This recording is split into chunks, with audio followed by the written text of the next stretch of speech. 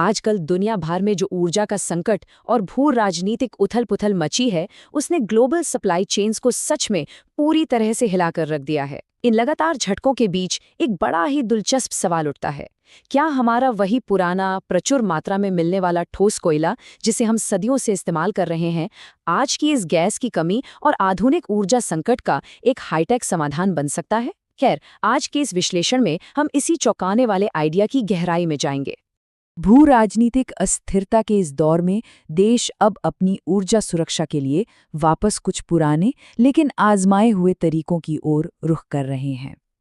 कोयले से गैस बनाना यानी कोल टू गैस एक ऐसा ही तरीका है जो भारत जैसे देशों के लिए ऊर्जा के क्षेत्र में आत्मनिर्भर होने का एक नया रास्ता खोल सकता है। तो चलिए जल्दी से देखते हैं कि आज हम किन अहम पहलुओं पर बात करने वाले हैं। सबसे पहले ऊर्जा सुरक्षा की दुविधा को समझेंगे, फिर देखेंगे कि ये सिंथेटिक गैस आखिर है क्या। उसके बाद भारत के अपने कोयला गैसीकरण मिशन पर नजर डालेंगे और अंत में इसके पीछे की असली आर्थिक और पर्यावरणीय सच्चाइयों को टटोलेंगे। चलिए शुरू करते हैं। तो सबसे पहले बात करते हैं भाग 1 की, ऊर्जा सुरक्षा की दुविधा और स्थिरता की तलाश। देखिए, इतिहास गवाह है कि जब भी दुनिया में कोई बड़ा सप्लाई चेन क्राइसिस आता है, देशों को अपनी ऊर्जा के लिए आत्मनिर्भर होने के नए रास्ते खोजने ही पड़ते हैं। 1973 के उस भयंकर वैश्विक तेल संकट को ही ले लीजिए, उसने पूरी दुनिया की रफ्तार रोक दी थी। लेकिन उसी के तुरंत बाद 1974 में भारत की ईंधन नीति समिति ने तेल के विकल्पों की तलाश शुरू कर दी।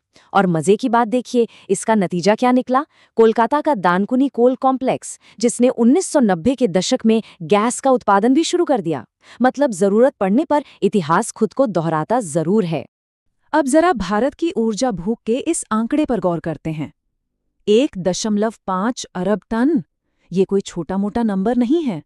अनुमान है कि 2030 तक भारत में अकेले कोयले की मांग इस चौंकाने वाले आंकड़े तक पहुंच जाएगी।